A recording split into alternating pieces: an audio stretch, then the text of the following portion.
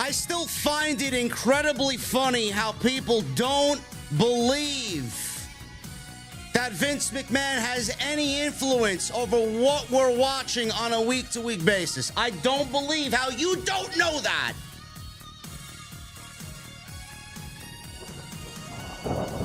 WWE had one job tonight. One. That was get LA Knight on next week's show wrestling for an opportunity at the United States Championship. What do you think WWE did tonight with LA Knight? Is he going on to wrestle Santos Escobar? No. Is he anywhere close to the United States Championship? No. What they did tonight was make LA Knight a loser. Rey Mysterio instead gets the nod. And he's wrestling Santos Escobar next week for the opportunity at Austin Theory. WWE had Dominic defend the North American Championship. Yes, the North American Championship on SmackDown. But JD, that's an NXT title. The fuck do I know, man? What's a draft, you ask? What the fuck am I supposed to tell you? If they don't know, I don't know. And the rules of engagement. SummerSlam, Jey Uso and Roman Reigns. We are headed for Tribal Warfare. Sounds like the next Call of Duty title, if you ask me. But the Universal title will be on the line in Detroit. Ladies and gentlemen, I got my cold beverage. Hopefully you guys got yours. We're going to the beer garden. I got one question for you on this Friday night. There are no rules here, motherfucker. I got one question for you. What the fuck are you guys drinking? I'll see you over there.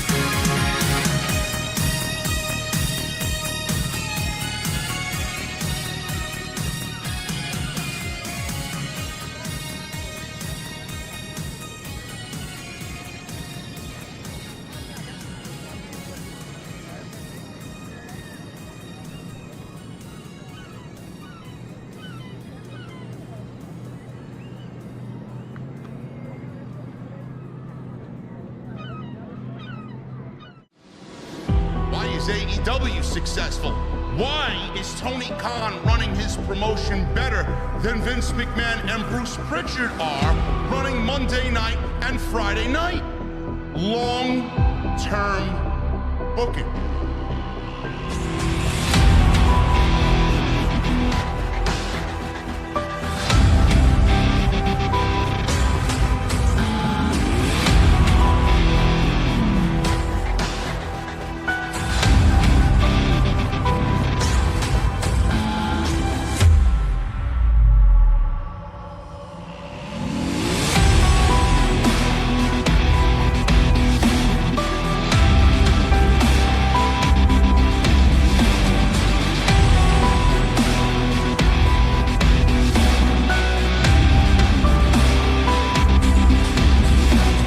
What is going on, guys? Thank you so very much for joining me right here on Off the Script. This is your Friday Night SmackDown post show for July 21st, 2023.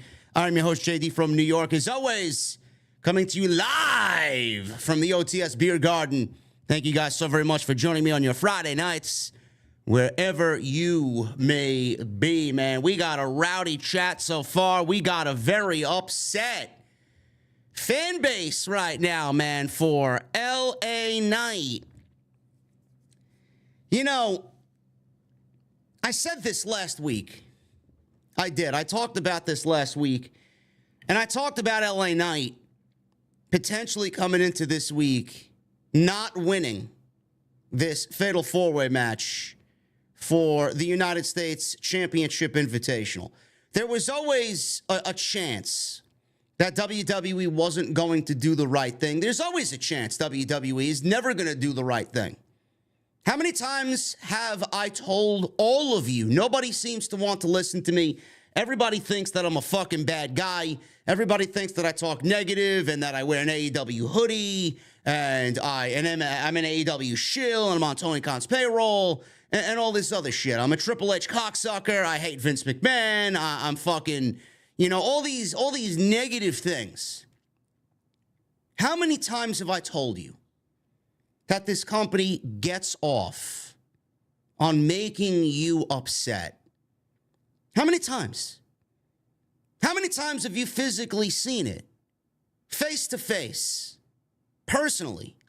WWE lives. Vince lives to disappoint you. If you like it, they will show you that they are the ones in charge and they live to disappoint. If you like it, that means you're wrong. It's just the way it is. Meanwhile, everybody knows that the customer is right. If the fans want something, then WWE should really listen to what the fan base wants, because most of the time, that is where the heart is. WWE had one job tonight. They had one job tonight, and they failed. They had one job in LA Knight. This was a slam dunk. Easy.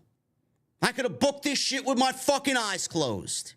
If you told me who was in the match, I didn't need any other fucking anything besides the names of who was competing in this match, and I could have told you who was going to win it. I didn't need to see anything play out. I didn't need to hear any other fucking aspects or circumstances of what's going to happen with the other three guys. One name stood above the rest, and that was LA Knight. They had one fucking job to do tonight, and they failed, like they usually do. They fucking bombed. They threw the Hail Mary pass and dropped the fucking ball wide open in the end zone to win the game. They stood there in the batter's box with fucking 2 strikes with bases loaded. Could have won the game with a fucking single. Stood there looking at a fucking heater right down the middle. That's what they did. WWE lives to disappoint you. I don't know what else I have to condition you guys on. Are you listening to other shows and getting fed bullshit? That's what I want to know. But who else are you listening to? And they're not telling you this. I would love to know their names. Seriously. Why didn't LA Knight win? You'll probably listen to somebody after you listen to me, and they'll shill you a fucking reason as to why Rey Mysterio is the better story. There is no fucking story. There's no story with Rey and Santos Escobar. They're in the same faction, and they're both baby faces. What story is there?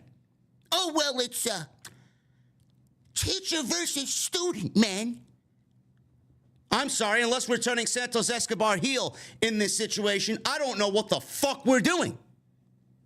Meanwhile, LA Knight goes into London. He's the most over man on the entire fucking show. Doesn't win Money in the Bank. Before that, let me go back before that. He's in a thing with Logan Paul. He makes Logan Paul look like a fucking chump. WWE ignores it. Goes into London, Money in the Bank. Fans overwhelmingly tell you who they want is Mr. Money in the Bank, and what happens? He doesn't win. He doesn't win. He's the most over man in the entire fucking building all weekend long. Then we go into SummerSlam, and everybody's like, well, maybe he'll wrestle Logan Paul at SummerSlam. Maybe he'll get a United States Championship opportunity at SummerSlam. all these different things. And WWE continues to shoot and miss, airball, shoot and miss, airball, shoot and miss, airball. Yeah! What are we doing? What are we doing? This is one of the most in-your-face, slap you right across the fucking head things that WWE has encountered on their television show, and all they continue to do is move away from it. It's like they're fucking allergic. It's like they're allergic to decent booking. They're allergic to overwhelmingly positive fan reactions for someone that they deem a heel internally. Oh my God, look at the fucking geeks in the crowd cheering this guy every fucking week. Oh yeah, we have the pen. We run the show, man. We'll show them. Ha ha ha. That's good shit, pal. What are we doing? Tone fucking deaf. Tone deaf. That's what WWE is. I don't know how LA Knight did not win this match tonight. The most simplest of booking creative decisions. So where do we go from here? LA Knight's clearly not getting a match at SummerSlam. There was a report today from Better Wrestling Experience, BWE. This is the geek that has his Twitter locked because he doesn't want anybody to know who the fuck he is and where he's getting his news. He reported today, and I reported this. This was a topic in my OTS Extra today. You should have went to go check that out. I uploaded that a little bit earlier today in the afternoon around 3 p.m. Make sure you guys go check that out. Really good stuff there. We talked a lot about the NXT stuff and WWE using main roster stars and LA Knight, and there was the thing on Nick Aldis and Bayley. It's on the channel. Go and check that out. We talked about it earlier from Better Wrestling Experience. Apparently, WWE has it set, and he said that WWE will begin pushing LA Knight after SummerSlam. Pushing LA Knight after SummerSlam? Why didn't LA Knight get pushed after Money in the Bank? Why the fuck do we have to wait till SummerSlam for? Why didn't he get an opportunity at the United States Championship and that be his push after SummerSlam? Match is not taking place at SummerSlam. The United States title's not being defended at SummerSlam. So why are you going to tell me that his push is starting after SummerSlam? What exactly is his push going to entail?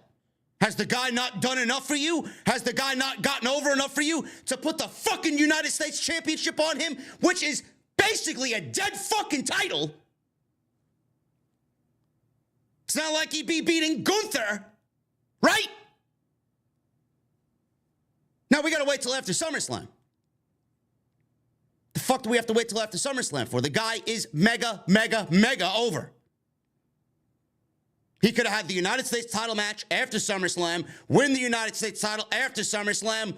Boom, that would start his build. That would start his meteoric rise in WWE. Yet we're still wondering what the fuck is going on. And don't listen to anybody. I swear to God, do not listen to anybody that tells you, oh, well, they're just waiting. They're waiting for the right time. Everything comes within due time. Patience. There's a longer story being played out. Fuck that. Fuck that. A longer story. The fuck are you waiting for? Longer story. What story is there, number one? Number two, why are you trying to hide the fact that this guy is mega over? You're fucking up. And then you want to hide it behind, oh yeah, patience. Fuck your patience. I have no fucking patience. Neither do you. So don't give me that bullshit. What story are we running into here with LA Knight? The guy's over. The guy is fucking doing his thing. He should be rewarded. The fans want to see him. That's all you need to know. That's all you need to know. That's it. There's nothing else you need to know. Nothing else you need to tell me. At all. So now we get Rey Mysterio and Santos Escobar. Great. We got two baby faces, legitimately two baby faces in the United States Championship Invitational Final. Let's focus on that for a little bit.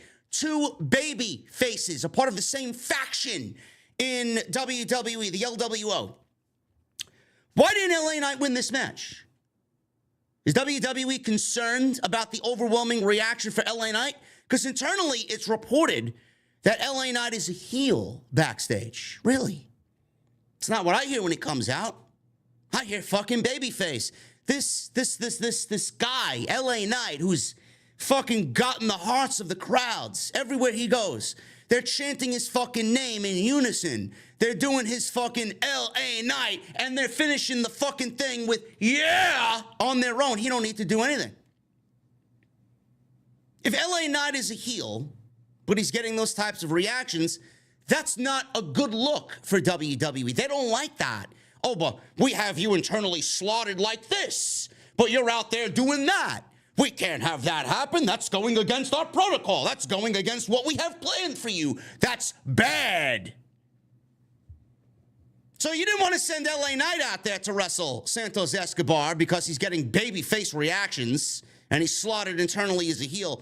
Yet you put Rey Mysterio willingly in a match with Santos Escobar, and he, for certain, is a fucking babyface. So now we got two babyfaces going at it for the United States Championship, #1 contendership. Meanwhile, we couldn't do LA Knight, who's also a babyface, but WWE slots him as a heel. What am I missing here? What am I missing? He's not even acting as a heel anymore. He's out there fucking eating this shit up. So where do we go from here? Does Santos Escobar turn heel? Do we get the LWO already in the mud? Dead? I don't think so. They're a hot merchandise seller for WWE. Why would you take Santos Escobar out of the LWO? If you take Santos Escobar out of the LWO, then you got to take the rest of the fucking Legado guys out of the LWO. There will be no LWO. The fucking point is, what's the point of the LWO at that point? Does Santos get the match with Austin Theory? I'll get to that in a second because, again, I ask you guys, if you genuinely feel like Triple H is booking this show on his own, you're a fucking idiot. Do we get Santos and Austin Theory? Who gives a shit? Do we get Rey Mysterio and Austin Theory? Again, who gives a shit? This was the worst outcome that WWE could have possibly given you creatively for the United States Championship Invitational. It gets better, folks. It gets better. I can't wait for somebody to clip the fucking show and tell me that I'm a fucking negative piece of shit on social media. Fuck you. This is where I sit, and I know better than anybody. Make sense of this, fucking geeks. Make sense of this. You want something else? This is the type of show that SmackDown was tonight. Doubt you'll hear this from anybody else. What happened with SmackDown tonight? Santos Escobar advanced into the finals last week, right? He won his fatal four-way. Apparently, Santos Escobar attacked Austin Theory at the end of that match because he interfered on Rey Mysterio in the fatal four-way that happened tonight. He was sitting at ringside. So Santos Escobar comes out there and attacks Austin Theory, and then after the match goes to Adam Pearce and tells Adam Pearce that he wants Austin Theory in a one-on-one match tonight. Are you following me? So Rey Mysterio won the Fatal 4-Way tonight. Santos Escobar won the Fatal 4-Way last week.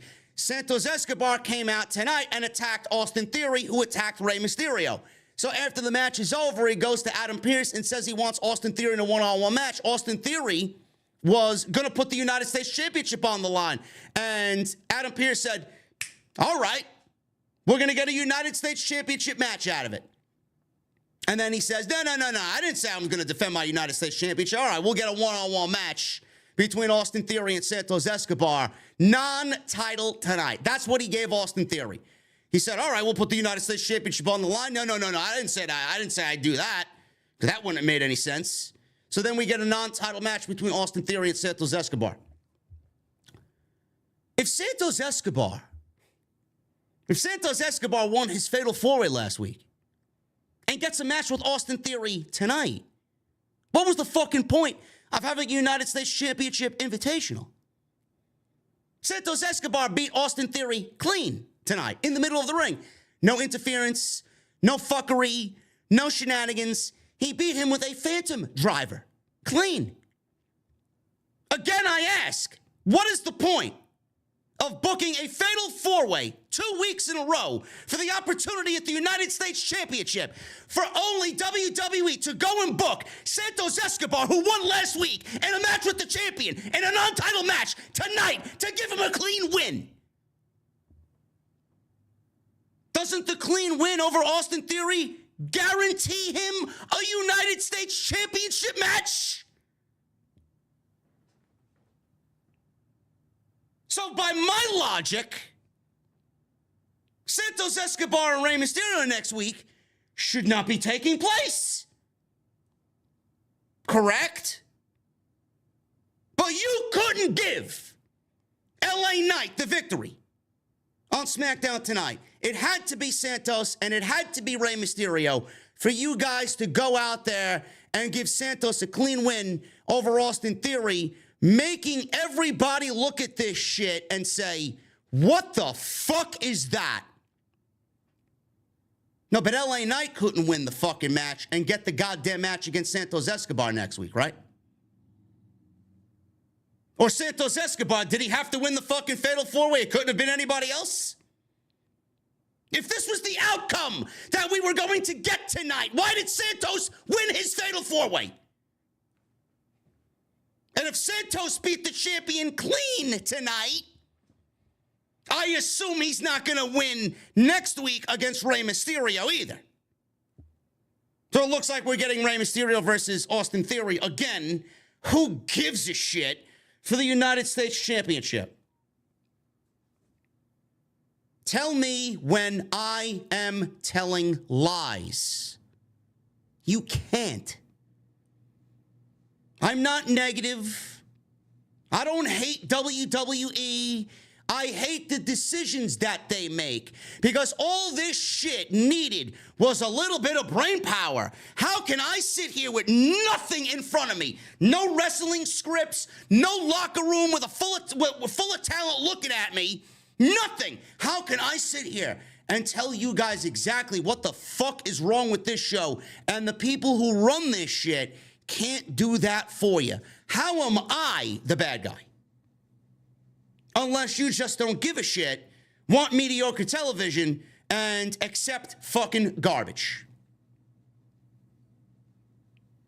I don't know. They had one fucking job to do. And they made a complete fucking mess of the United States Championship Invitational, having a non-title match tonight with the guy who won last week and the champion, only for the guy who won last week, who's wrestling for an opportunity at the champion, to beat the fucking champion tonight.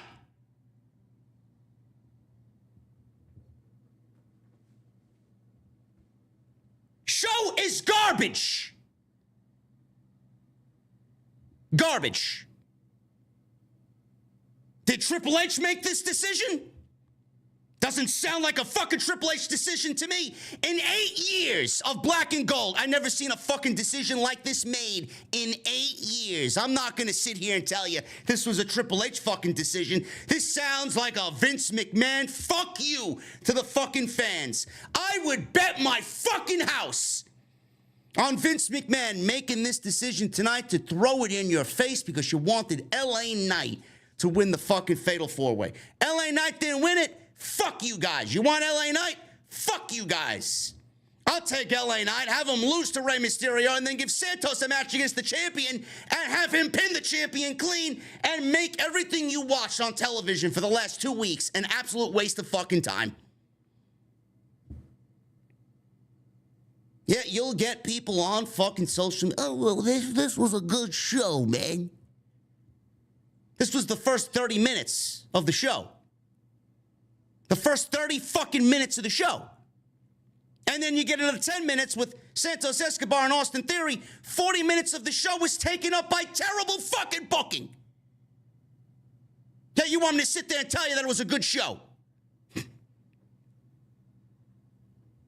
You ain't watching some schmuck on YouTube. Go watch some fucking half-witted idiot tell you, oh, well, this was a good show. God that JD guy, man, he loves Vince McMahon. Fucking ridiculous, man. This show is an absolute fucking piece of shit, dog shit creative.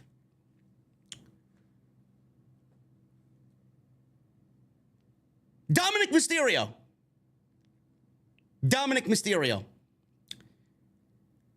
He won the North American Championship on Tuesday night. WWE loves sending main roster talent down to NXT. This is their new thing. It's the flavor of the month. They love sending main roster talent down to NXT.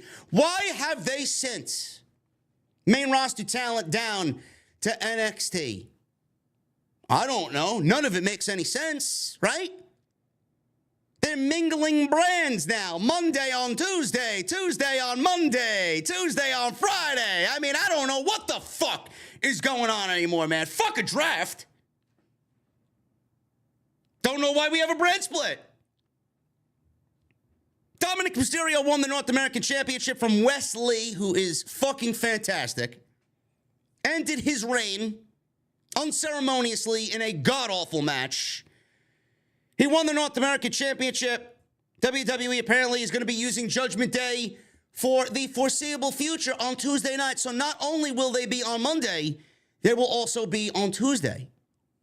There are a lot of geeks in the community who agree with Dominic Mysterio winning the North American Championship. These people are half-witted fucking fools. NXT is a developmental brand. They are not a third brand. This NXT is not a third brand. Black and Gold was a third brand, but you know what happened to that. They fucking slaughtered it.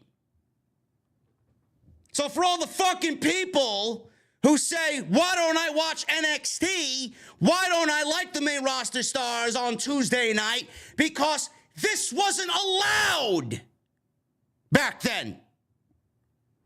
WWE always, and I mean always, looked down on NXT. Vince never lent Triple H any main roster talent at all. He looked down on NXT. He loathed NXT. Now all of a sudden you want me to embrace NXT because they're using Judgment Day? They're using Seth Rollins. They're using Dolph Ziggler and Baron Corbin and Dana.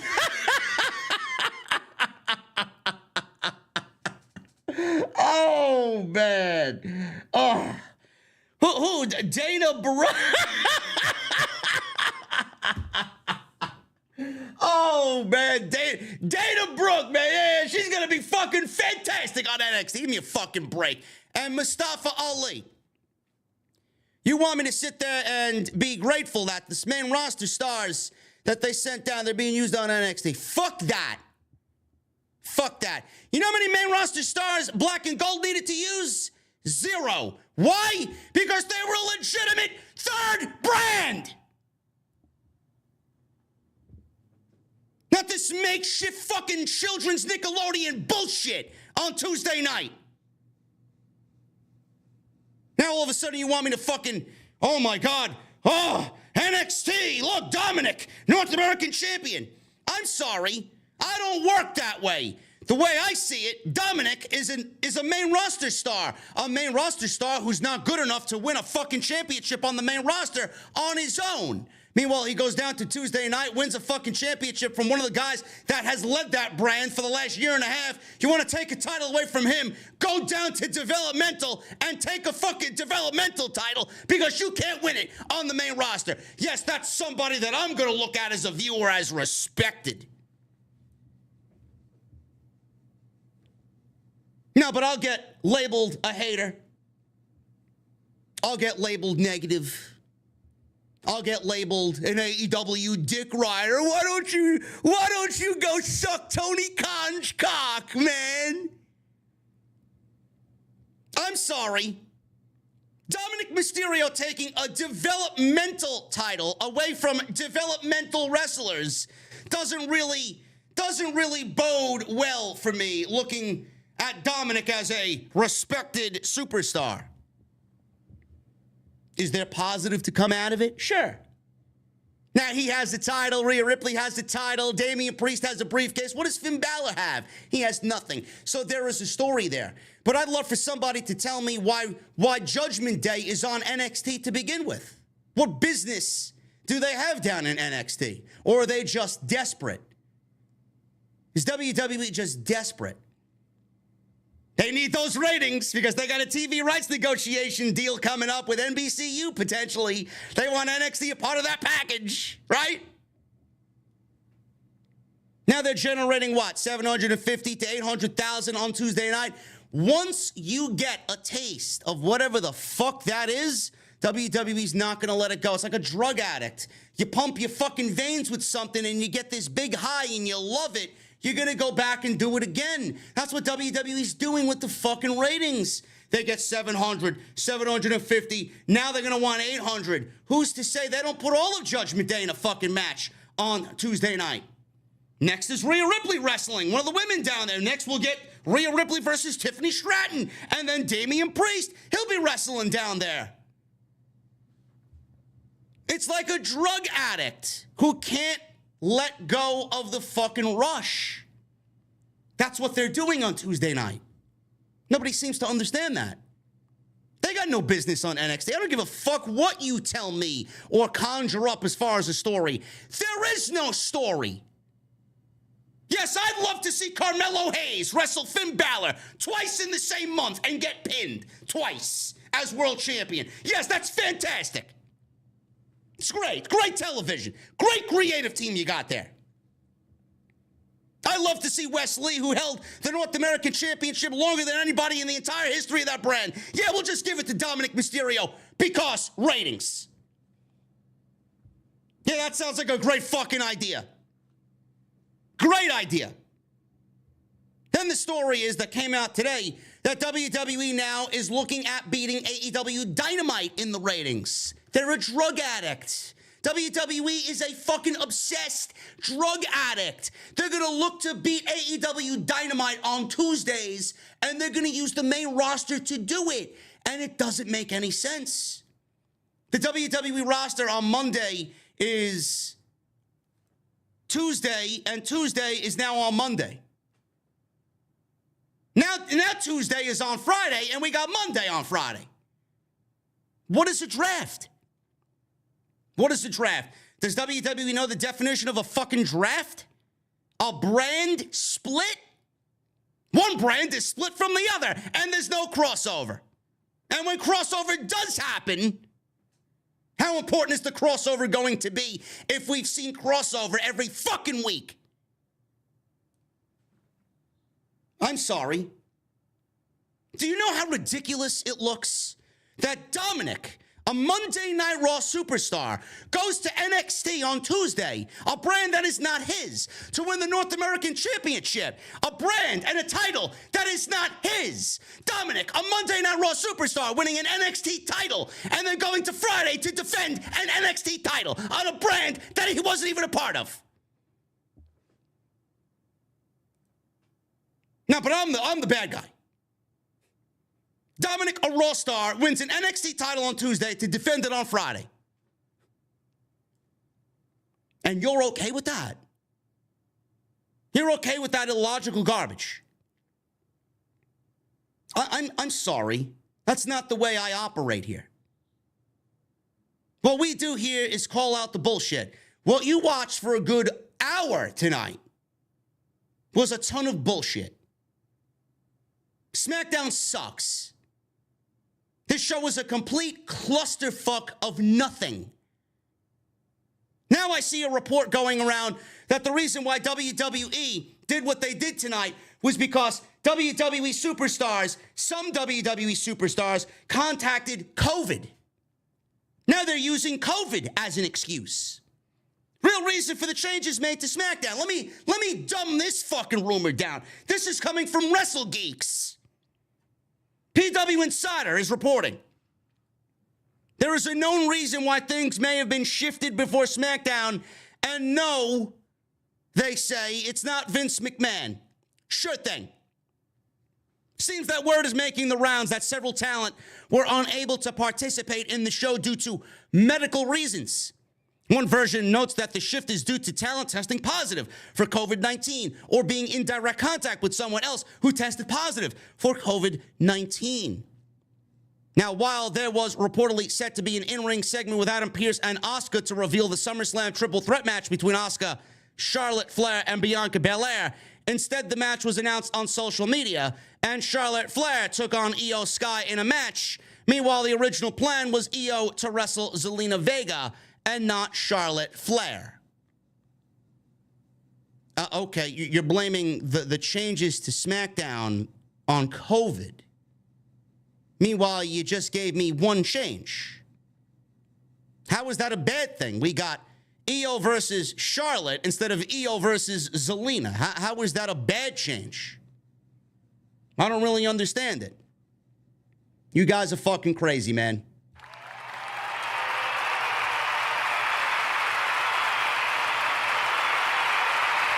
Unbelievable. Unbelievable. We got a $100 super chat. We got a couple, actually. One from Latino Heats. $100 super chat. Thank you, Latino 46 Heat.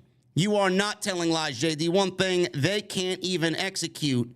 Unreal. I don't trust Vince one bit. And then Cam G with a $100 bomb. My man JD, keep doing what you're doing. If NXT wasn't already dead, it definitely is now. And the brand split, it's stupid. They screwed Wesley, period. Much love, JD. OTS for life. Cam G, thank you so much, brother.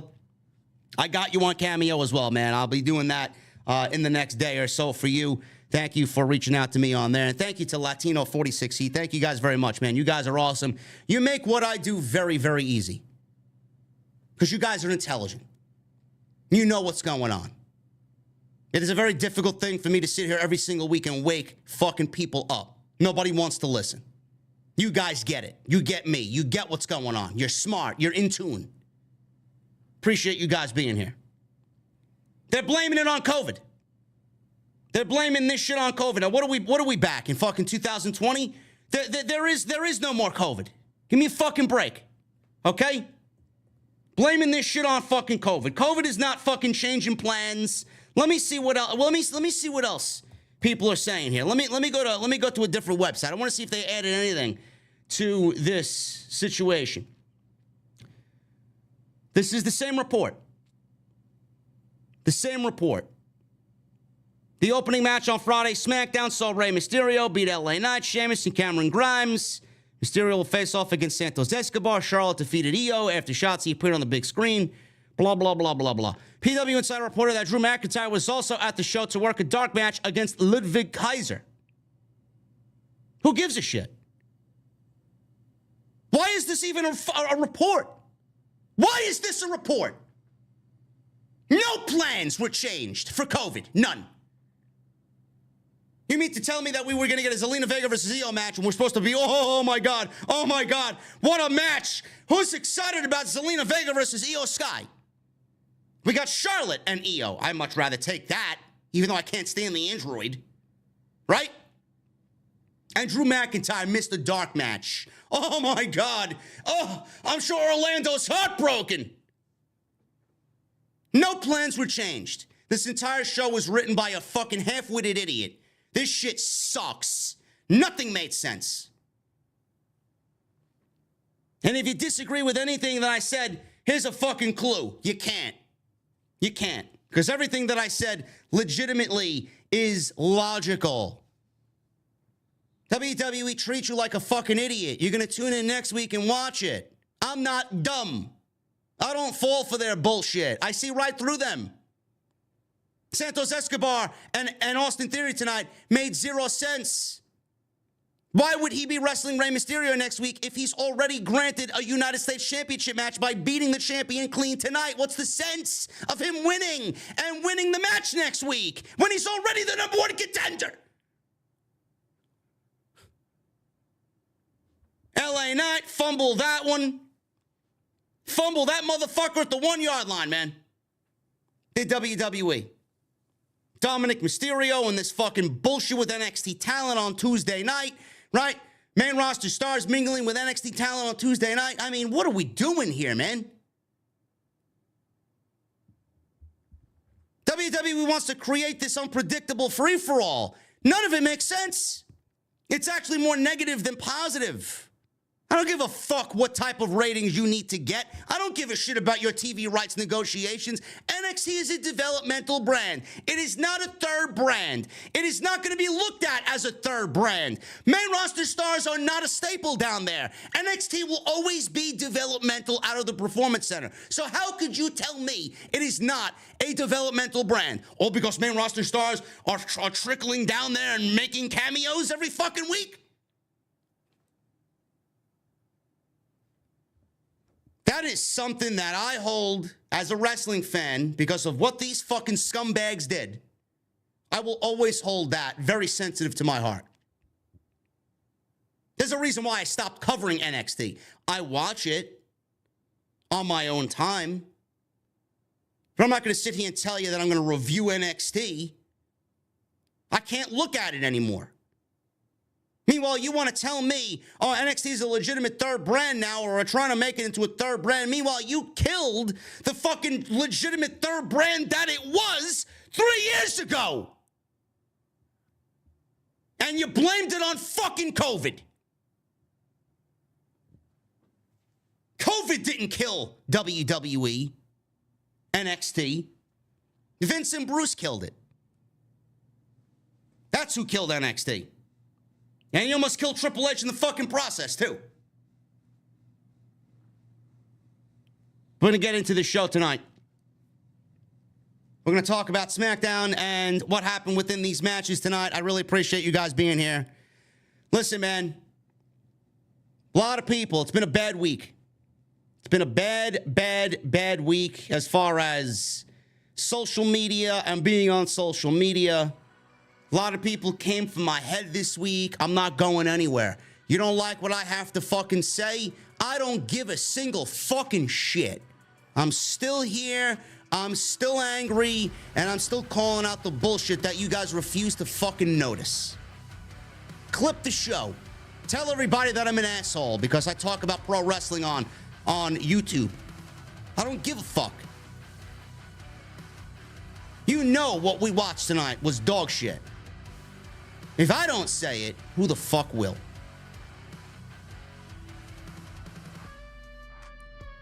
Follow me on social media, man, at JDfromNY206, Twitter, Instagram, TikTok, and Cameo.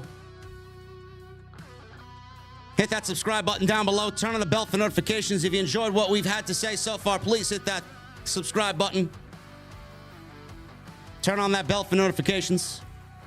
Hit that thumbs up for me, man. Let's try for 1,000 likes. We got 607 likes on the live stream so far. I would really appreciate it if you guys get over 1,000. That would be tremendous.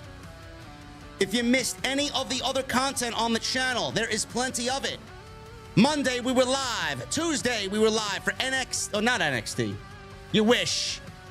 Tuesday, we were live during NXT. Me and my guy, Andrew Baydala, TNT Tuesday night. Titans, my new show on Tuesday night. If you're missing it, you're missing some great wrestling discussion. Episode number 5 in the books. Go and check that out. Wednesday, we were live, Jesse and I, for Dynamite. Tonight, I'm live. Tomorrow night, I'll be live for AEW Collision. It's going to be a big week, man. All those extras. Go and check out the extra that I did today. Talked about NXT, main roster guys on NXT. Dominic winning the North American Championship. Why that happened. Plenty of stuff for you guys to get caught up on. Go check out my sponsor for today's show, Blue Chew. BlueChew.com. Code JD at checkout. Make sure you guys go and get your free sample. All you have to do is pay the $5 shipping and handling. Blue Chew. Once again, want to thank them for sponsoring the podcast right here on OTS.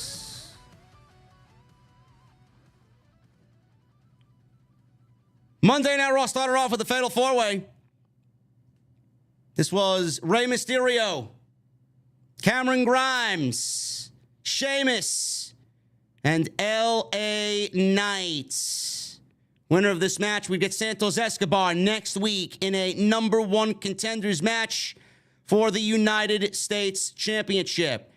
This went almost 20 minutes. All these guys worked hard. I love all these guys. I think Rey Mysterio's great. Cameron Grimes, I wish he was on the show a little bit more. Sheamus has been fantastic. And LA Knight, you guys know LA Knight. LA Knight cut a promo on his way to the ring and basically told everybody that he's going to take down all three of these guys and then go on to win the United States Championship. So we'll pick it up after a commercial break. And Grimes and Knight, they were on the outside. They got onto the apron. Sheamus cut them off, and Mysterio and Sheamus ended up doing the 10 beats on Grimes and LA Knight. Sheamus and Mysterio then shook hands, and it looked like we were going to get some sort of tandem, these two guys working together here, but it's every man for himself. But Sheamus cut off Mysterio with an Irish curse backbreaker because Mysterio tried to go for a 619. So they did not trust each other. Mysterio tried to, I guess, get it on Sheamus first, and then Sheamus said, no, bitch, come on. Irish curse, backbreaker, 1-2. He goes for cover, gets a kick out. Grimes comes off the top rope, takes both guys out. Grimes hits a series of kicks on both Sheamus and Mysterio. Grimes slammed Mysterio, went for a cover. Sheamus broke that up. Sheamus clothesline. Grimes hit another Irish curse on Grimes. Knight was thrown to the outside. He fought with Sheamus, and then he was dropped on the apron. Mysterio went up top. LA Knight cut him off. This was a little clunky. Some of this was a little clunky. There was an awkward spot here between all four of the guys in this match where they came off the top rope and landed on Grimes. Grimes looked like he got the worst of it because he came down right on his tailbone, and it looked like that fucking sucked. It was another one of those typical, very stereotypical those fatal four-way or multi-man avalanche spots where WWE always has to do them in these types of matches, but this one looked like it really fucked up Cameron Grimes. Mysterio and Grimes were in the ring, and that changed when they fought to the outside. Mysterio tried to throw Grimes into Austin Theory, who was sitting at ringside. Theory moved out of the way. Sheamus came off the top to take out Grimes and Mysterio. Sheamus now back in the ring, went up top, landed a clothesline on LA Knight. Sheamus hits white noise on LA Knight, goes for a cover, gets a 2 count. Sheamus starts playing up to the crowd. He went to go bro kick LA Knight. LA Knight caught him, slammed him. Sheamus hit a running knee on Grimes. Knight followed up with a big slam. Mysterio broke up a pin attempt there. Mysterio went to the top. Grimes cut him off. Sheamus joined in, lifted Grimes on his shoulders. Mysterio came off the top and set Sheamus and Grimes up for a 619, looking very sloppy on the Grimes 619. He hits it. Mysterio covers Grimes. Theory broke up the pin because there is no DQ. So we pulled Rey Mysterio to the outside. All of a sudden, Santos Escobar ran to ringside and brawled with Theory into the crowd. LA Knight was left in the ring with Grimes. I thought he was going to win the match. Mysterio and Grimes returned to the ring, and after everyone traded signature moves, Mysterio hit a Hurricanrana on Grimes for the 1, 2, 3. Rey Mysterio wins. The fatal four-way here now gets Santos Escobar next week in a number one contenders match for the United States title opportunity against Austin Theory. You know, a lot of people are going to look at this and say this is the better story because it's LWO versus LWO. But unless Santos Escobar is turning heel here, I don't know what the point of this is. Oh, it's teacher versus student. It's great. I'm not taking anything away from Santos Escobar. I've been a Santos Escobar advocate for a very long time, dating back to his fucking empty Performance Center NXT days as Cruiserweight Champion. Give me a break.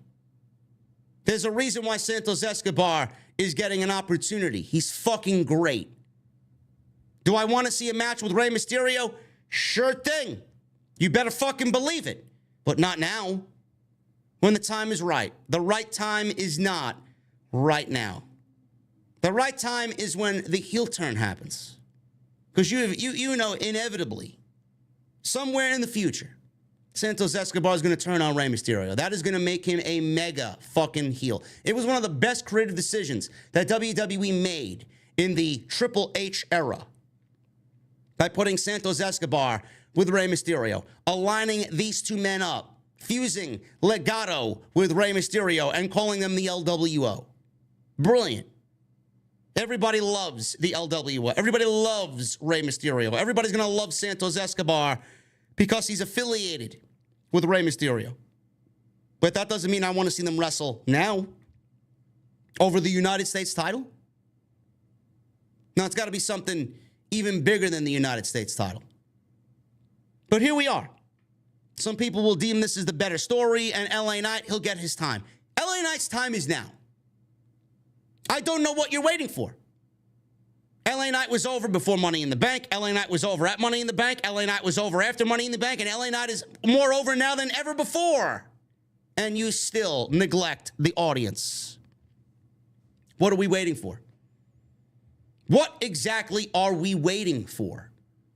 Because as far as I'm concerned, if Austin Theory is losing this championship to someone, I don't know who. I mean, he's done jack shit with the title. I don't know why creatively we're talking about Austin Theory retaining the United States Championship. Unless Austin Theory is going to lose this title to LA Knight, none of this makes sense. Because if LA Knight eventually gets thrown into the mix here, and Austin Theory loses the United States Championship, you're looking at Santos Escobar, and you're looking at Rey Mysterio, two baby faces, who LA Knight will be looking at. Well, LA Knight also is a babyface. So what are we doing here? What exactly are we doing here? Austin Theory is a true heel. LA Knight is a babyface. This would have made the most sense, the easiest of transitions, to get the United States title off of someone who's doing nothing with it, to put it on someone that would do everything for it. Babyface beats the heel. It's the best outcome. Meanwhile, WWE avoided all that. It's like they're allergic to fucking wrestlers on their roster who organically get over. I don't know how anybody's looking at this and deeming this the right creative decision. Is next week's match with Santos and Rey going to be a great match? Sure.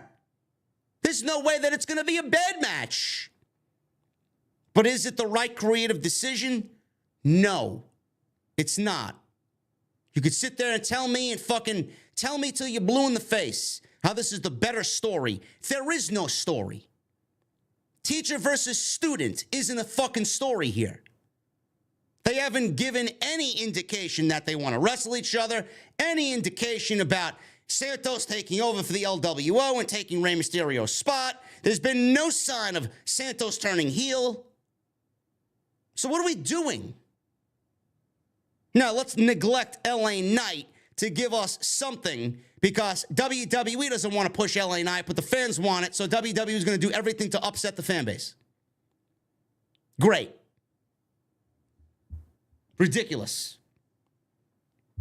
Also, Grayson Waller's done nothing to get a United States title opportunity. He was in a fatal four-way. We got Cameron Grimes in a fatal four-way. What the fuck has he done to get an opportunity at the United States Championship? Nobody's going to call that shit out either. Bunch of losers. Bunch of losers.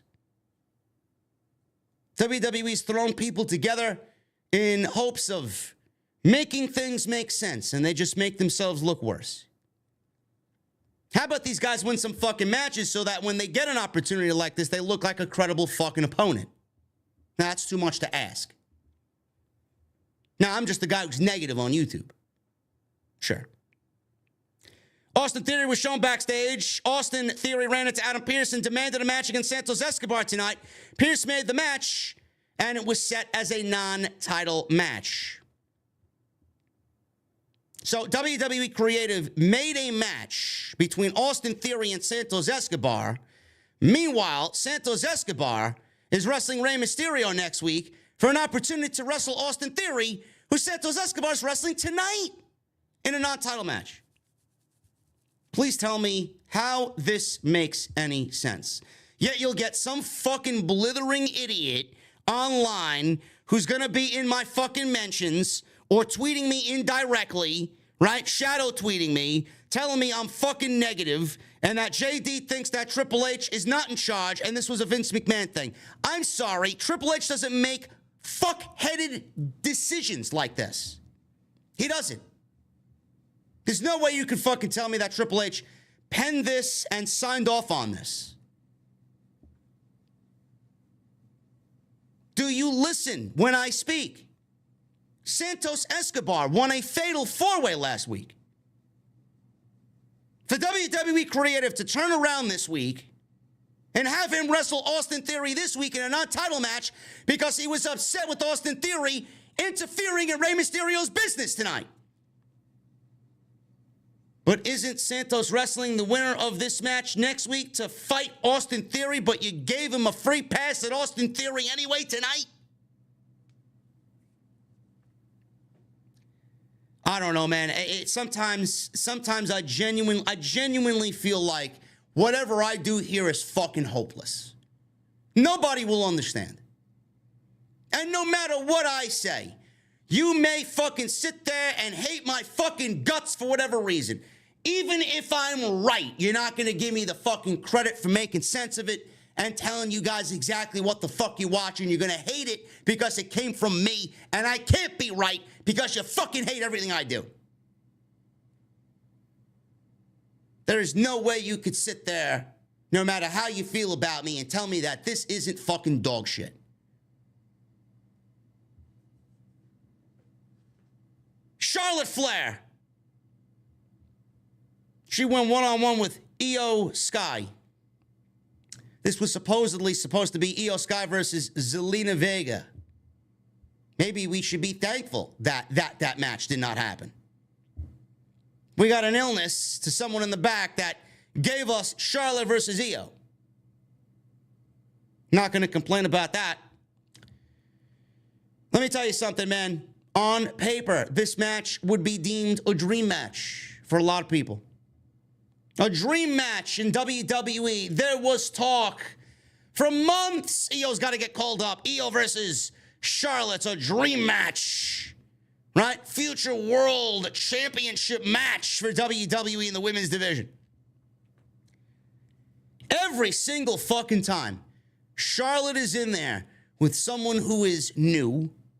And every single time, Charlotte is in there with someone who is better than her.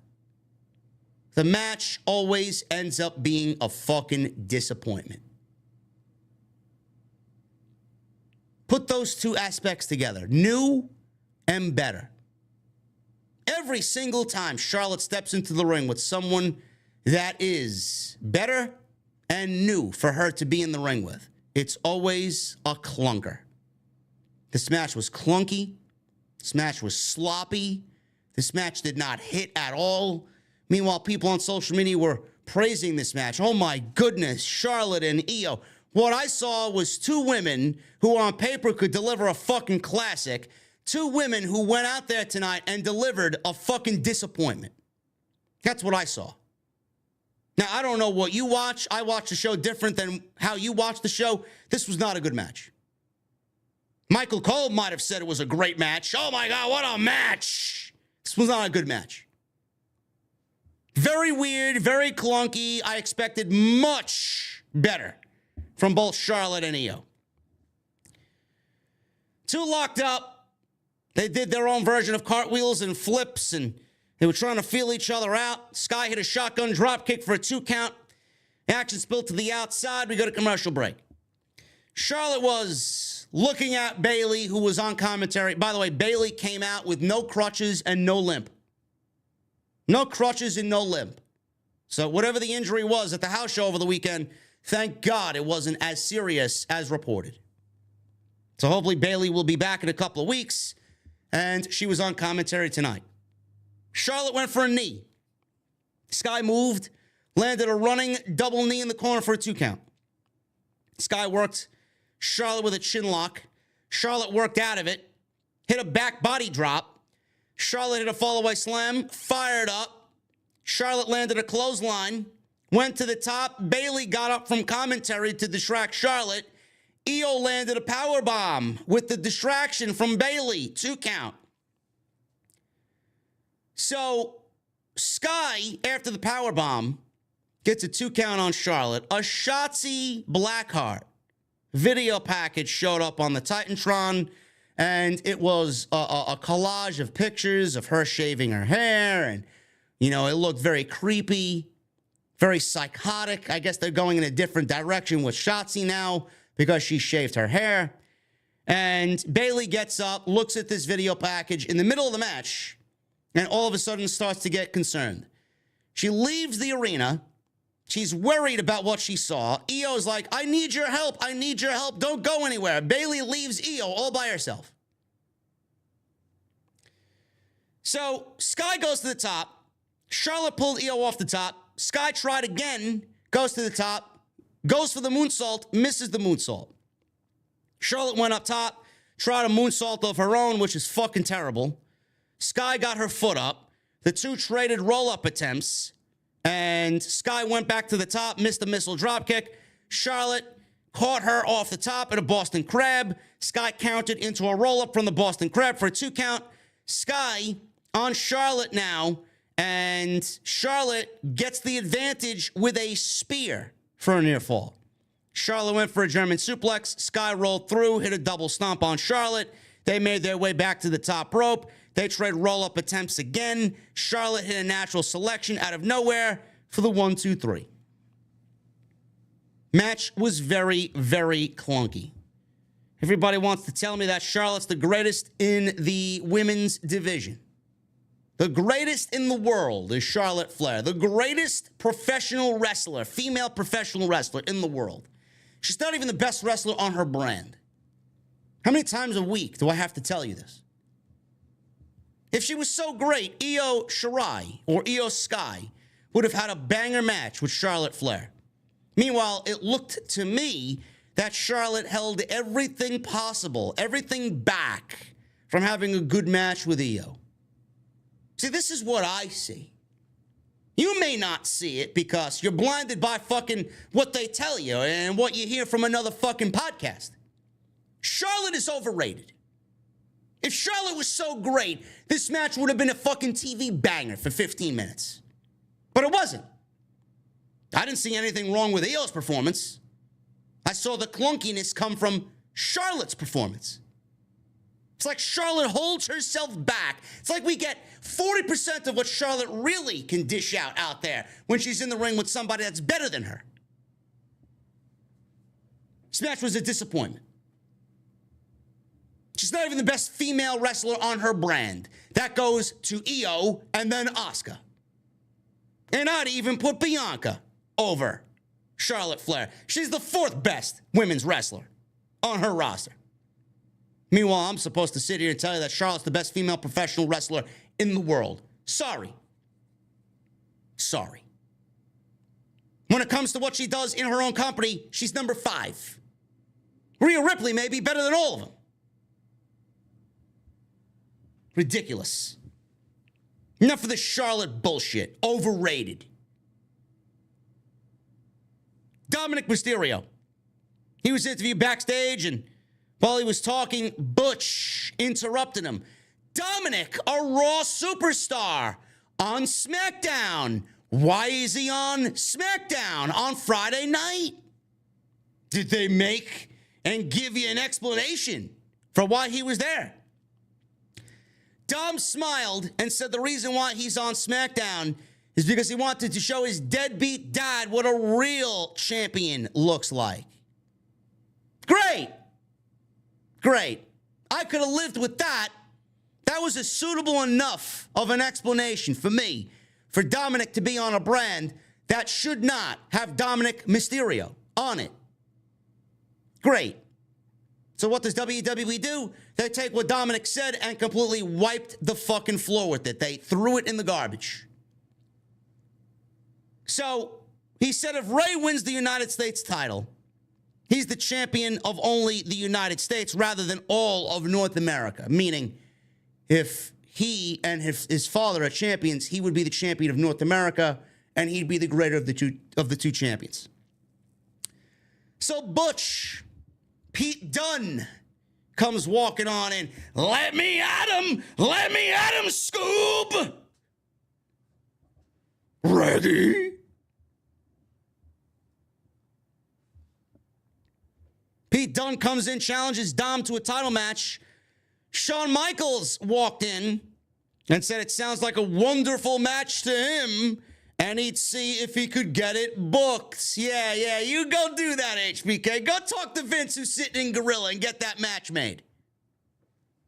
WWE has Dominic Mysterio, a Raw superstar, show up on SmackDown, who gave an explanation that I was okay with. Hey, my father's on this show. I wanted to show my father what a real champion looks like, only to then put him in a match on SmackDown when they did not have to. Why did they put Dominic Mysterio in a match tonight after they gave a suitable explanation as to why he was there on a brand that he doesn't belong on? Again, that'll go over everybody's head. Nobody will make a big deal about it, but it's the same fucking thing every week. I'm supposed to call this shit out. You might not find it to be a big deal. I do.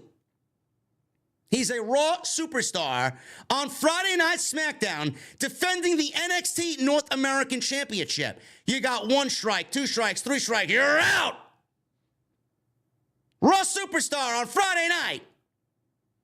Number 1.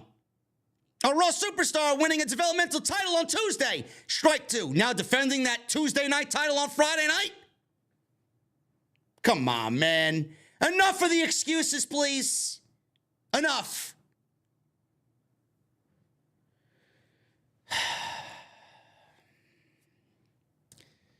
Roman Reigns. He was on the show tonight. He was sitting in his locker room with Paul Heyman and Solo Sikoa. Reigns was hanging his head and seemed to be stressed out. He was looking at his little lei. The shit that goes over his neck, he was looking at his lei, playing with the lei. He turned to Solo, who nodded at him, and then looked away. Nothing was said here. Bayley was backstage. She was backstage with Io Sky. All of a sudden, she's in the locker room and discovers that her luggage has a picture of it, or a picture on it, a picture of herself. She turns her luggage around to find a picture of herself, and on the picture was a pair of scissors stabbed right in the heart. So clearly this is the work of Shotzi, and Bayley, in a panic, told Io Sky to grab her shit and let's get the fuck out of here. Austin Theory. He went one-on-one with Santos Escobar. Non-title match. I don't know how many times I can complain about this. You guys know none of this makes any sense. Escobar had early control here, landed a dropkick on Austin Theory. Austin Theory fought back, hit a suplex, goes for cover, gets a 1 count on Santos. Theory landed a DDT for a 2 count. Escobar fired up, series of strikes on Theory. Escobar clothesline Theory over the top rope. Theory called for a timeout on the outside. He's like, what are you, Zach Morris, calling a fucking timeout, freeze framing everybody? Give me a break, timeout. Theory called for a timeout. We go to commercial break. We're back from break. Theory hit a backbreaker for a 2 count. Theory went to the apron, went for a suplex, but Escobar countered with an enziguri. Escobar hit a tope suicida on Theory, who fell onto the commentary desk. Back in the ring, Escobar had a series of elbows. Escobar went to the top and landed a crossbody for a 2 count. He then lifted Theory. Theory got out of it by hitting Escobar's knee. Theory landed a modified brainbuster on Escobar. He goes for a cover, gets a 2 count. Theory went for the A-Town down. But Escobar fought back with a boot to the face. Theory went to the top rope. Escobar followed him up there. He hit a absolutely beautiful Hurricanrana off the top rope. Escobar then goes right to the Phantom Driver. 1, 2, 3. Wins the match. Non-title. Clean. You guys know what I have to say about this, man. I don't know how many times I can repeat myself tonight. Santos Escobar won that Fatal 4-Way last week, only for him to turn around this week and wrestle the guy that he's wrestling for an opportunity at. Clean. He beat him clean. So, from my understanding, Austin Theory lost to Santos Escobar clean tonight. That would make Santos Escobar the #1 contender for the United States Championship. So why is he wrestling Rey Mysterio next week for a shot at a title that he's already the #1 contender for? Am I lying to you guys? Do you get what I'm trying to tell you? Am I wrong? No. No, I'm not wrong. Bobby Lashley. He was shown backstage. Carmelo Hayes and Trick Williams approached Bobby Lashley. That was it. They cut right from this segment after the handshake. Everything this means, I hope it comes to fruition.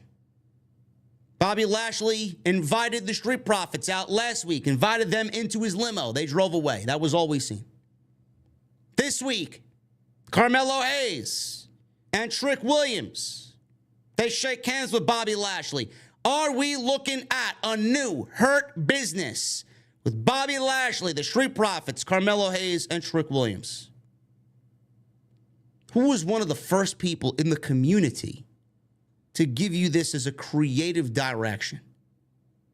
Who was one of the first people in this community to tell you what to do with Carmelo Hayes when he was about to win the NXT title?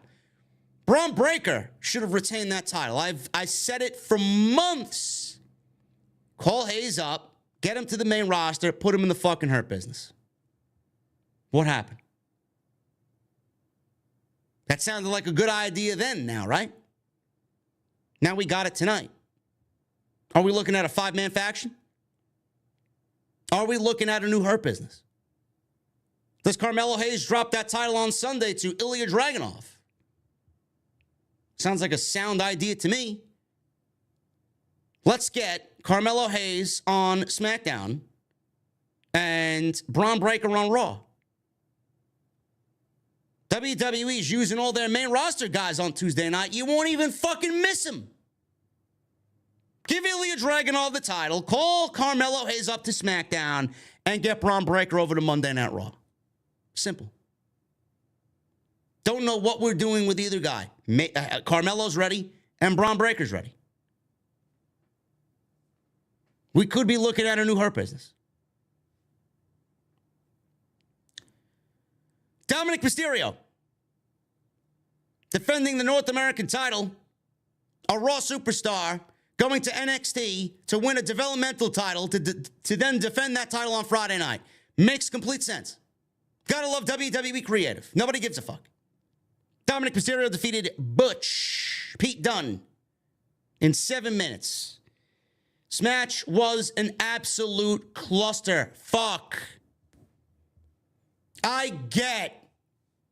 Trust me, I get what they're doing with Dominic. I get it. But every single fucking match he has, he's losing just credibility with me. He can't win a fucking match on his own, man. Every single Dominic match is an absolute fucking clusterfuck of fuckery. Rhea Ripley, Judgment Day. Finn Balor, Rhea Ripley, Judgment Day. Damian Priest, Rhea Ripley, Finn Balor, Judgment Day. I mean, how did this match make Dominic look good as North American champion? If I'm Wesley, I'm looking at this shit and I'm fucking cursing the fucking heavens. This is what they took my title off of me for?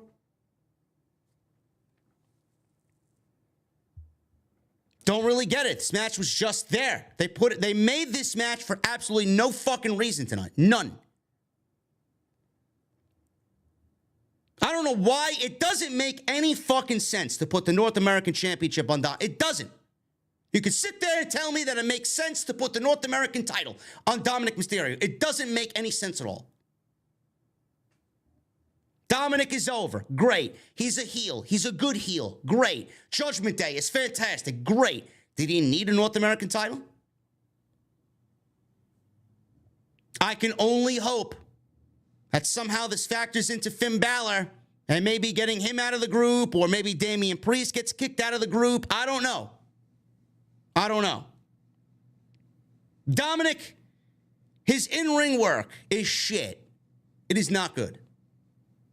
Then you'll have some fucking idiot on Twitter tell me, oh, nobody cares about in-ring work. Nobody's really focusing on in-ring work. Meanwhile, the bell's got to ring sometime, right? This is how fucking clueless these people are. Oh, Dominic is a great heel. Him winning the North American title is great for business. Nobody fucking cares about in-ring work. The bell's got to ring somehow, you fucking idiot.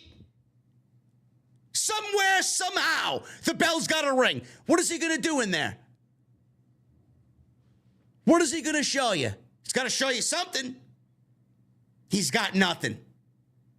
Match with Wesley sucked. Match with fucking Pete Dunne sucked. How are you going to go in there against two of the most accomplished guys that the fucking company has and not have a good match? Keep making your excuses. Keep making your excuses about Dom. Great character. Him and Rhea Ripley are a fantastic duo. The kid sucks. The kid is not ready, especially for a fucking title. If he's not good enough to win a major title on the main roster, what makes you think I'm going to look at him as ready because he beat Wesley for the North American Championship, which is a title on their third brand, which is their developmental brand?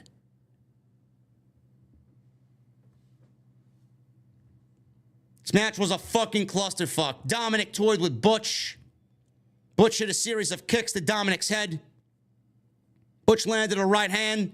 Big running kick. Dominic set up for a 619. Butch countered. Kit Wilson hit Holland on the outside.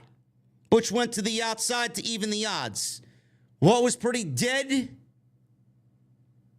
Lee doing out there? Because they got a problem with Butch and the Brawling Brutes. That's why they're out there. Kit Wilson hit Holland on the outside, and Butch went to the outside to even the odds. Wilson ran to the back, which left Elton Prince, who was wearing an arm sling, all by himself. He gets up, he runs away, and Ridge Holland chases him up the aisleway. Butch on the apron. Rhea Ripley comes from behind the referee's back, hits a chop block, and Dominic ran Butch into the ring post. That was enough to get the victory. 1, 2, 3. This was sloppy towards the end. Honestly, Dominic didn't know which way to cover Butch. He had to roll him over a couple of times to get the pinfall because he was too close to the ropes. He didn't have his shoulder down. The way everything here was executed towards the end was just fucking sloppy. Not good at all. Dominic as the North American champion is a fucking waste. It's a waste. You're not going to get me at all to sit here and agree with what they did.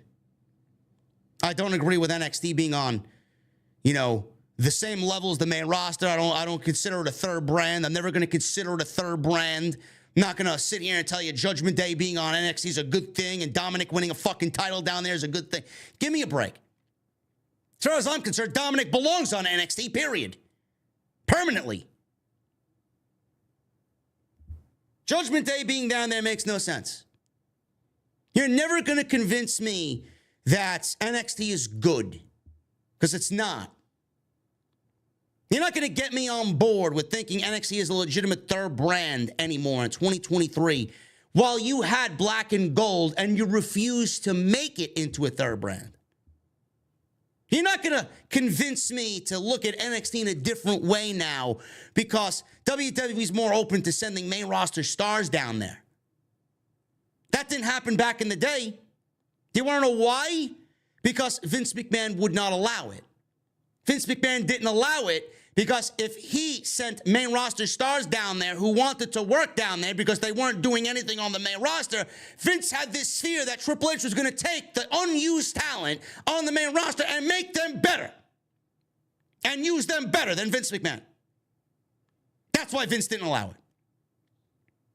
Why do you think NXT needed to create a secondary set of women's championships? Tag team championships.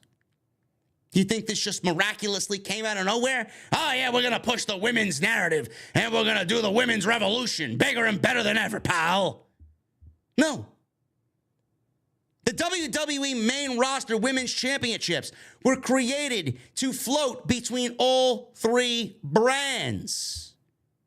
If WWE was going to put the women's championships on a Sasha Banks and Naomi, that means Vince would have to send Sasha Banks down to NXT, and he did not want to send any of those talents down to NXT. They only went from Raw to SmackDown and SmackDown to Raw. Meanwhile, Triple H, I'm sure he said, well, Pops, we got these women's championships. They're able to float between brand to brand to brand. Oh, that's not good shit, pal. Triple H basically had to create a set of women's championships for his own brand because Vince didn't allow those titles, which should have been the titles on NXT. He didn't allow those titles on NXT. Triple H had to create his own set of women's tag team titles.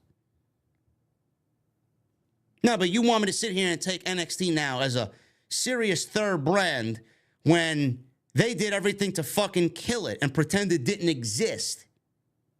WWE will never be able to recapture what they did with Black and Gold. They may not want to. But don't sit there and tell me that what they're doing now rivals what they did with Black and Gold, that it's just as good as Black and Gold. Nothing they do will be better than Black and Gold. You did everything to neglect Black and Gold. You did everything to tell me that it basically didn't exist. It was a fucking sin. It was blackballed from being mentioned on the main roster. Now, all of a sudden, you want me to sit there and take NXT seriously because they're on SmackDown. And we got Carmelo Hayes and Tiffany Stratton and Wes Lee and Dragon Lee on NXT, on SmackDown in the crowd. I'm sorry, when did that ever happen 3 years ago? No, but you want me to be open to it now. Fuck you. Nick Khan's narrative about making NXT into a legitimate third brand is a crock of shit. He's only wanting it to make it into a legit third brand because he knows he needs to get WWE paid. They're not making it into a legit third brand because they believe in NXT. Because if they did, they wouldn't have killed it in the fucking first place. Good luck with that. Good luck with that. Not falling for this fucking garbage. Michael Cole announced Carl Anderson will face Karrion Kross next week. Great. Can't wait to see that one. Rey Mysterio will go up against Santos Escobar for a shot at the United States title. As far as I'm concerned, Santos Escobar should already be getting a shot at the United States Championship. He pinned the champion clean tonight.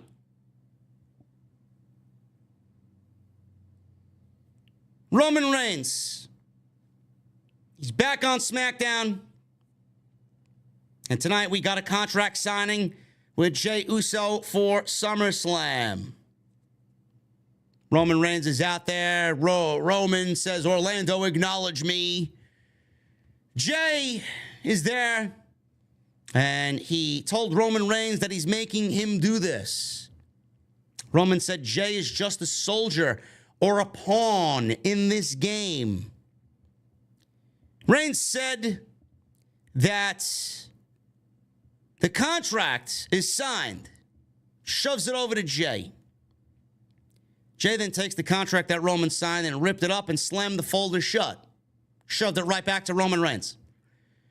Jey says, we don't need no contract, Oos, because the contract is in the blood.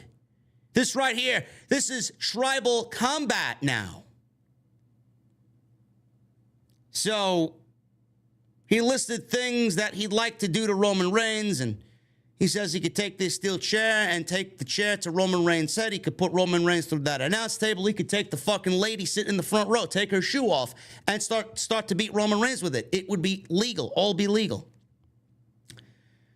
Reigns says, Little Jey, shut your mouth. The tribal chief is talking now. Orlando, shut your mouth. The tribal chief is talking now. He says he runs the business for almost a decade. He stood and said, it's done, let's go. Jey says it's tribal combat. So Reigns placed a tribal necklace over the title belt on the table and walked over to have a stare down with Jey. They went face to face, forehead to forehead, and held hands and then stepped back and locked eyes. Solo glared at Roman. He wasn't happy about how peaceful all this went because Solo has a problem with Jey Uso. He turned, knocked over the table. He was about to hit Jey with the Samoan spike, and Roman Reigns prevented Solo from taking the Samoan spike to Jey Uso's throat. Jey Uso super kicked Solo out of the ring and looked like he had a problem. He looked like he was having a problem with this tribal combat with Roman Reigns. He had no problem super kicking Solo. But it looked like he was a little hesitant in what he did to Roman Reigns. They stared at each other, and that's the way SmackDown went off the air. There wasn't any real development here. The only thing that I could tell you, as far as from what I see, is Roman and Solo. Now, I don't know what happened there. Roman prevented Solo when the contract was ripped up and Jey Uso ripped the contract up. Solo kind of looked at the situation as if, the fuck is going on here? You know? So I don't know if Solo is going to play a major factor into this going into SummerSlam. The way I see it playing out, I don't want to predict anything that's going to happen here because WWE has been pretty much on point with this.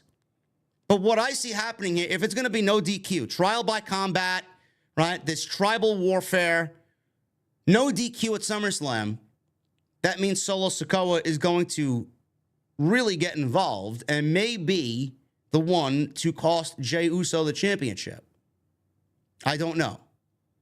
We got a little pay-per-view in Pittsburgh called WWE Payback in September, Labor Day weekend.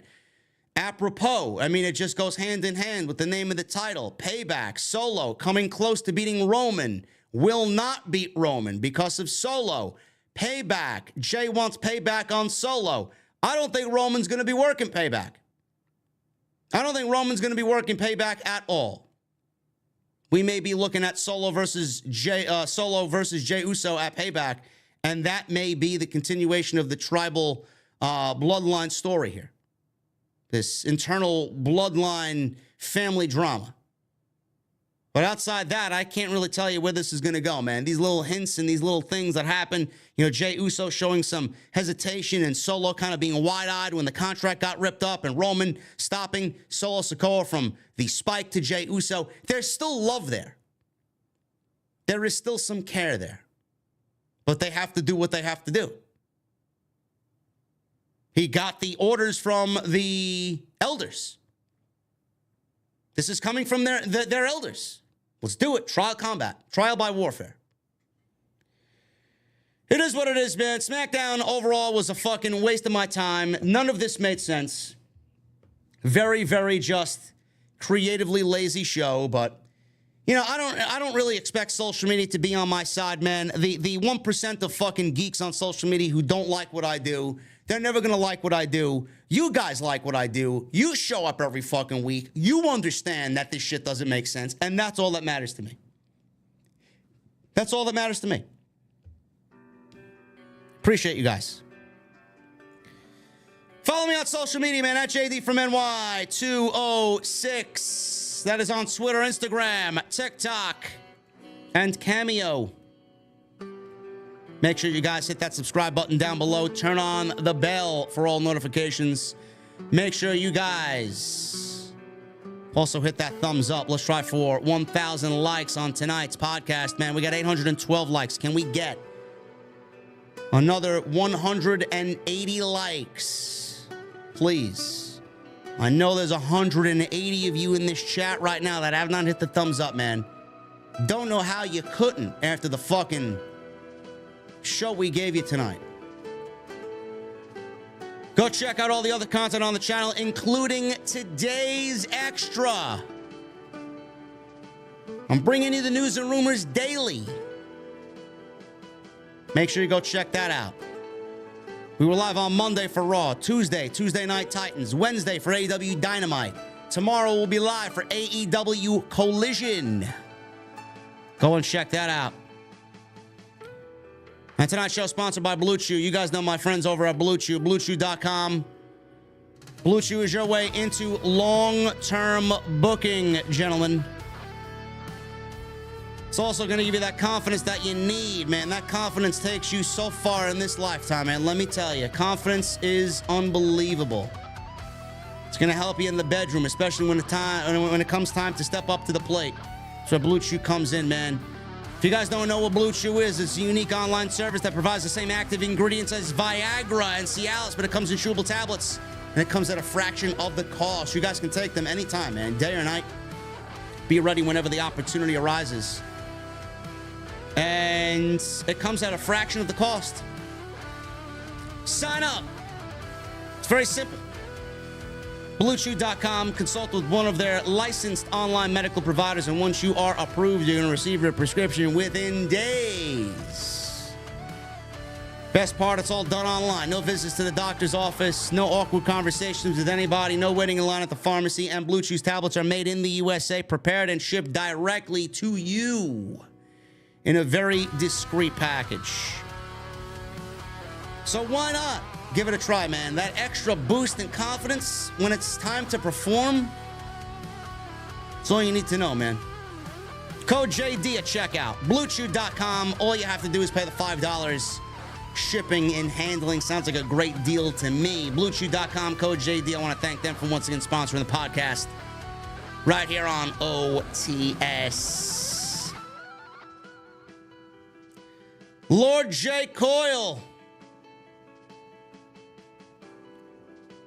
$2 super chat. You can't get yourself over, pal.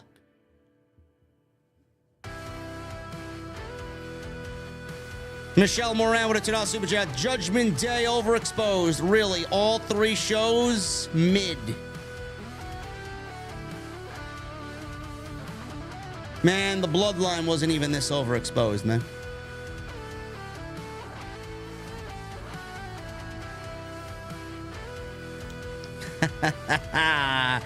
Vlad T, man, in the chat. I see you, man. I may have to steal that for the next one, man. Finish your story with Blue Chew.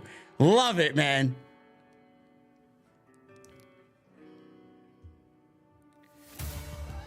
Sadinsky Lawson with a $1.99. Can anyone exempt my 4-week wait period, please? Sadinsky, I'd love to do that for you, brother. But I can't.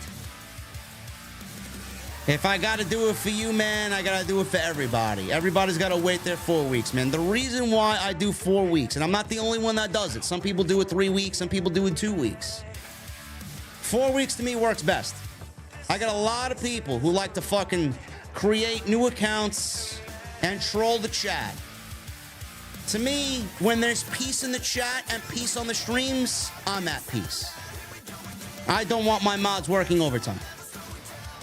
I appreciate you, Sadinsky. You'll be in here in no time, brother. And you're a member. You're a VIP, so.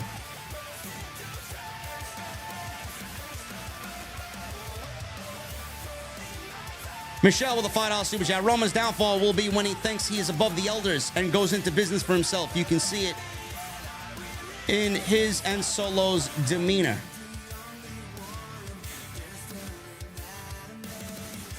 Mel's Matt Chat, 27 months. Hey, JD, I'm hoping you're having a great evening. Just want to send my thoughts to my Latino heat, Edgar Alvarez. I love you, babe. Well, there you go, Edgar Alvarez. There you go. Mel says she loves you, babe. Thank you for 27 months. Vincent O'Connell with a $5 super chat. JD, any chance of a show with you, BC, Jesse, and Drew before SummerSlam? You tell it like it is. LA Knight hosed again. Not sure what is going on for SummerSlam weekend, Vincent. Keep it tuned to social media.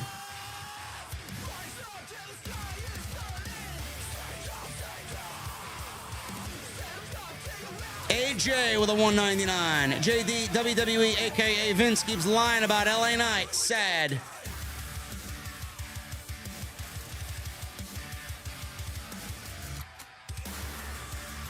Nick Williams with a $2 super chat. Petty Vince is at it again, eh? Nick, you know it, brother. How people don't see Vince's influence, I don't know, man. I really don't understand these people.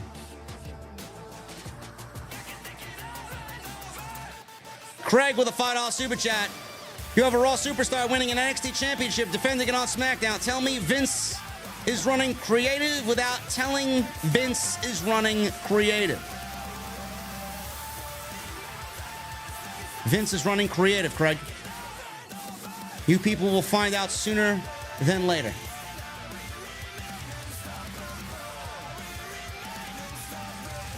Sinister, I've come to know and learn to ignore your comments in the chat, brother. You ain't fooling nobody. D Brown with 10 months. Man, to hell with this show. Just saw the first half an hour and came straight to the venue with my beverage.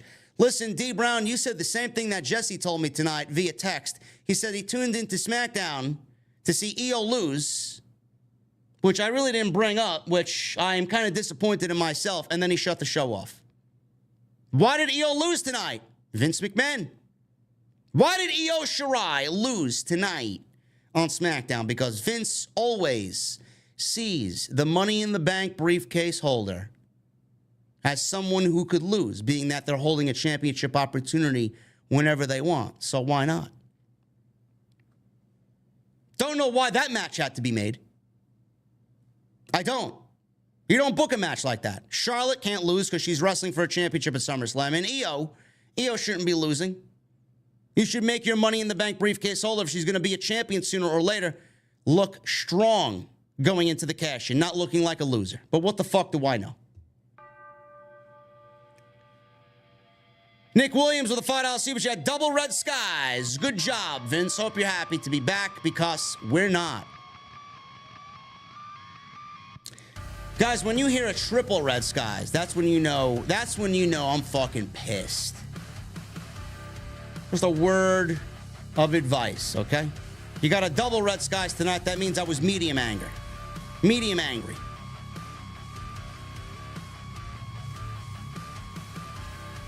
Derek Anawai with an 18 months. Hey, Oos.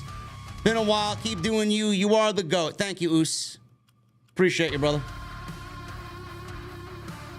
Jason Barker with a 50 bomb. This is for my man, JD. You give WWE a rant of a lifetime out there, and make sure they listen. Jason, listen, brother. I try every fucking week, man. No matter how much sense we speak, nobody listens. I am vilified, and no one will look at me any differently. It's disgusting. Thank you for the 50 bomb, brother. Sean Ray J with a $10 super chat. This is the Cody situation all over again. Hunter wanted Cody LA Knight to win, and Vince's ego won't let both happen. Santos winning when he has a #1 contender match next week. Show is a complete mess.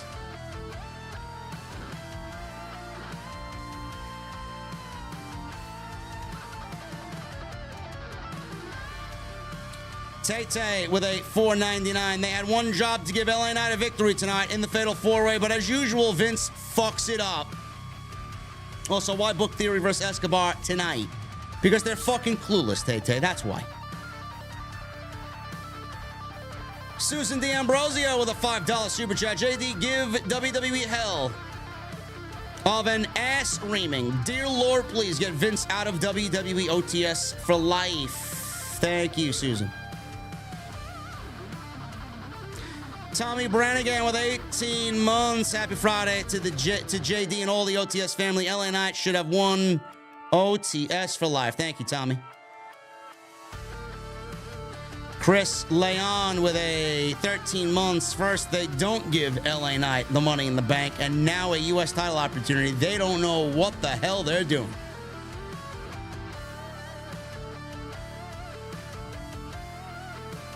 Beyond the Script with a $4.99. Vince sucks.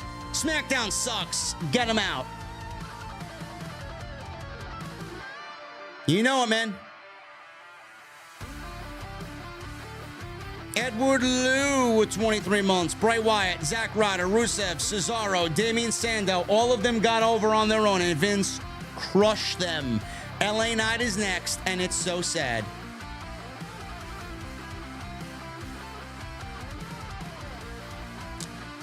Paul in the chat. Yes, I am, brother.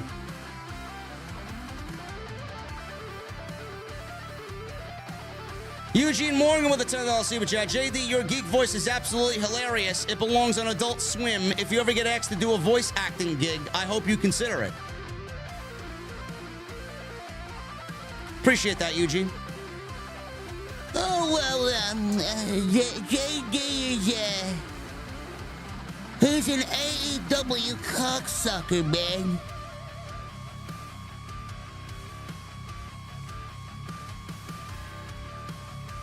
Peter Gaymore with a $10 super chat. LA Knight didn't win because he's not in Vince's agenda. He will tease him to mock the crowd, but never pull the trigger until it's way too late. Reminds me of 2013 Daniel Bryan. Classic Vince move. Peter Gaymore, you are spot on, brother.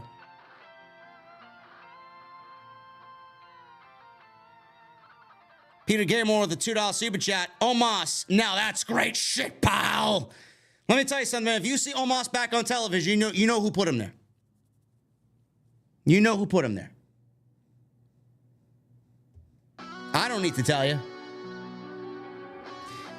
Hero with a $5 super chat. WWE doesn't put LA Knight on the WrestleMania card. Fail. He doesn't win Money in the Bank. Fail. Doesn't advance to the U.S. Invitational. Fail. What are we doing? Hero, I don't know, brother. I don't know. Blurred the Nerd with a $5 super chat. LA Knight is currently top 5 in merchandise sales. 1 Roman, 2 Cody, 3 Stone Cold, 4 LA Knight, 5 NWO.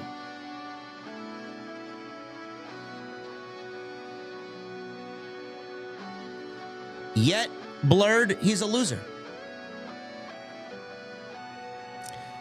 Don Parker with 2 $5 super chats. Best Undertaker gimmick, Ministry of Darkness Taker or Big Evil? Keep doing what you do, JD. Vince is an embarrassment to wrestling. And then you say, Vince burying LA Knight is more proof that CM Punk was right. Tell JD when he is telling lies. Ministry of Darkness Taker, Don Parker.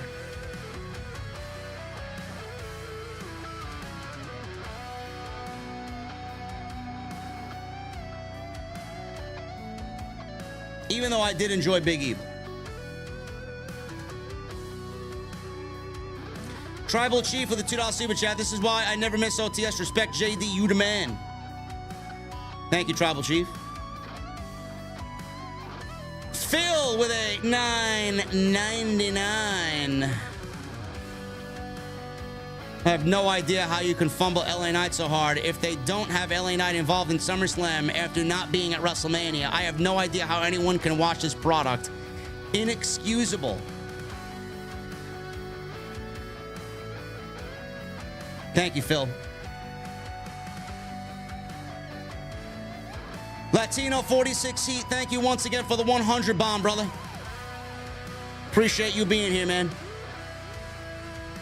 Edward Lou with $4.99. What's a draft? What's a brand split? Great job, JD, asking the real questions, unlike some in the IWC asking. Cody, can I ask you a question about your documentary, Cody?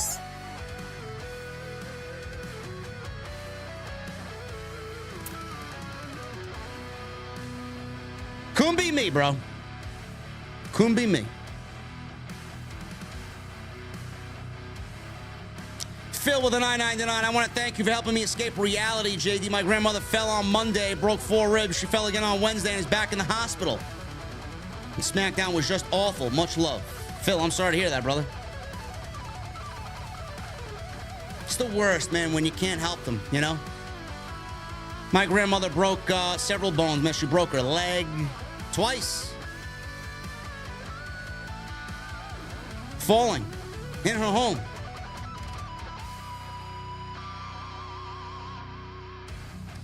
Jarrett Howard with a $5 super chat. Vince and Jerry Jones on the same old delusional.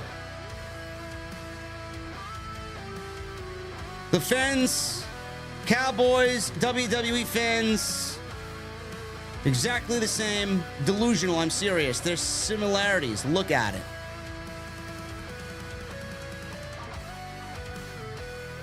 William Sweeney with a $1.99. WWE equals we won't entertain the right thing. No.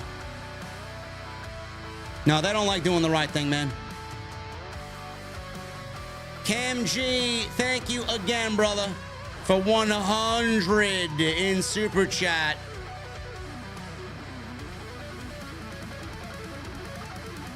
Tyler Ezel with 1 month. Thank you, brother. Thank you for being here, man. The fuck are you drinking, Tyler?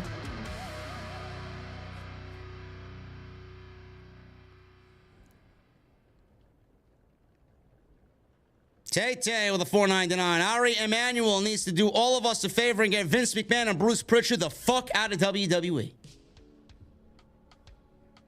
Ari Emanuel won't do shit, man. He's just as bad. Sean Ray J with a $5 super chat. Zelina is literally posted on Twitter at SmackDown. If she had the video, if she had the COVID, she wouldn't be there. Pathetic excuses. She posted on Twitter that she's at SmackDown. I wouldn't know, Sean Ray J, because I have been blocked by Zelina on Twitter. Zero Clark with 3 months. No idea what they're doing with LA Knight. Pushing Mysterio for some reason. Just have a cold one. Yeah. Thank you, Zero, for 3 months, brother. What the fuck are you drinking after 3 months? Peter Gamore with a $2 super chat. Yeah, says Peter Gamore. LJBK827 with a 5. Who do you think, if ever, the first female on WWE 2K's cover? Becky Lynch.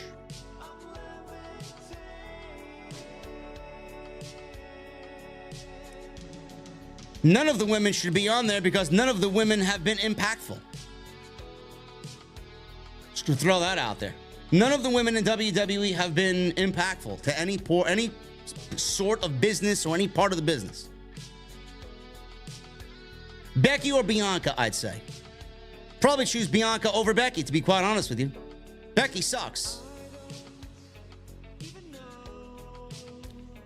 Tay with a $4.99. Wesley got robbed. Ali got robbed. Alba Fire and Isla Dawn got robbed. Tay, we're robbed of 2 hours every fucking week with this shit show.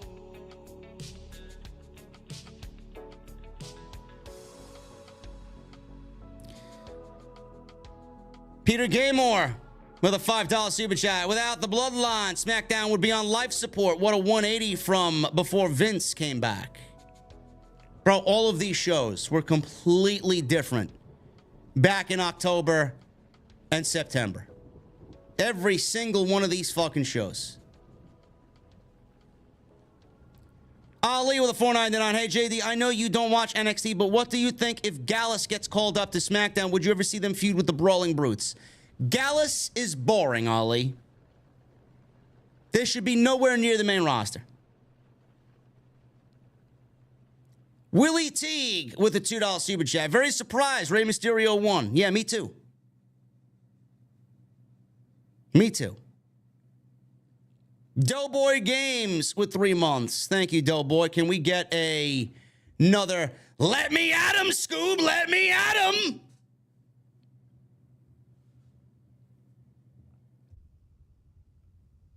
Peter Gaymore with a $2 super chat. My little Albus.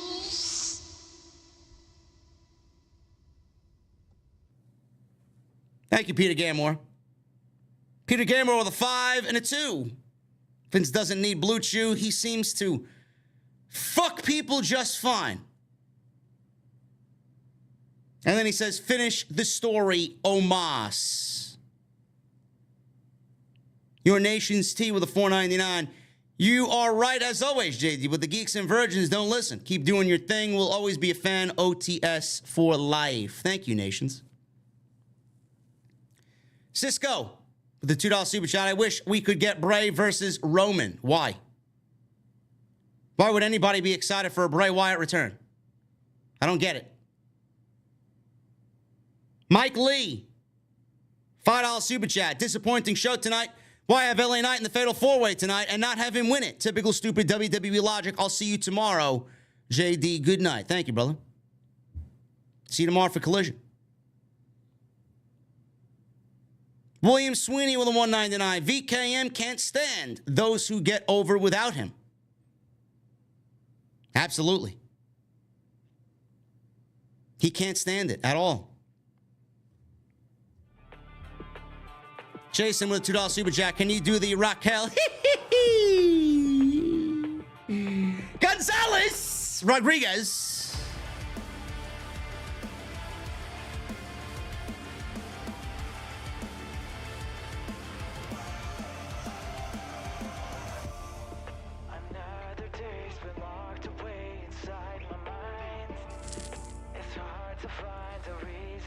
Don Parker with a $2 super chat. Can I get a shit? I can't even do it. Whoa, whoa, whoa, whoa. Testing, testing, testing. SmackDown is fucking trash. Pick up an aisle 7. I don't have that option here in Jersey, Don Parker. I owe you one.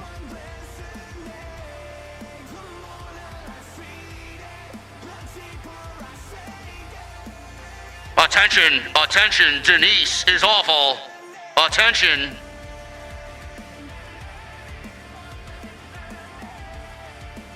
LJ with a $2 super chat. China Sable, Lita, Trish, Molly, etc.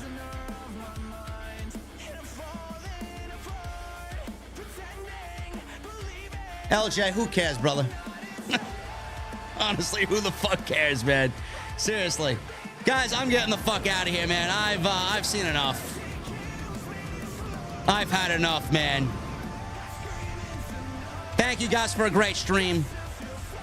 You guys make me feel better, man. I feel tonight was a good step forward into making my fucking July, ending of July, a lot better, man. I've been going through some fucking bullshit, man. You guys did great tonight. Thank you for raising my spirits. We had a great show tonight. Follow me on social media at JDfromNY206, Twitter, Instagram, TikTok, Cameo. Hit that subscribe button down below. Turn on the bell for notifications. Go check out today's extra.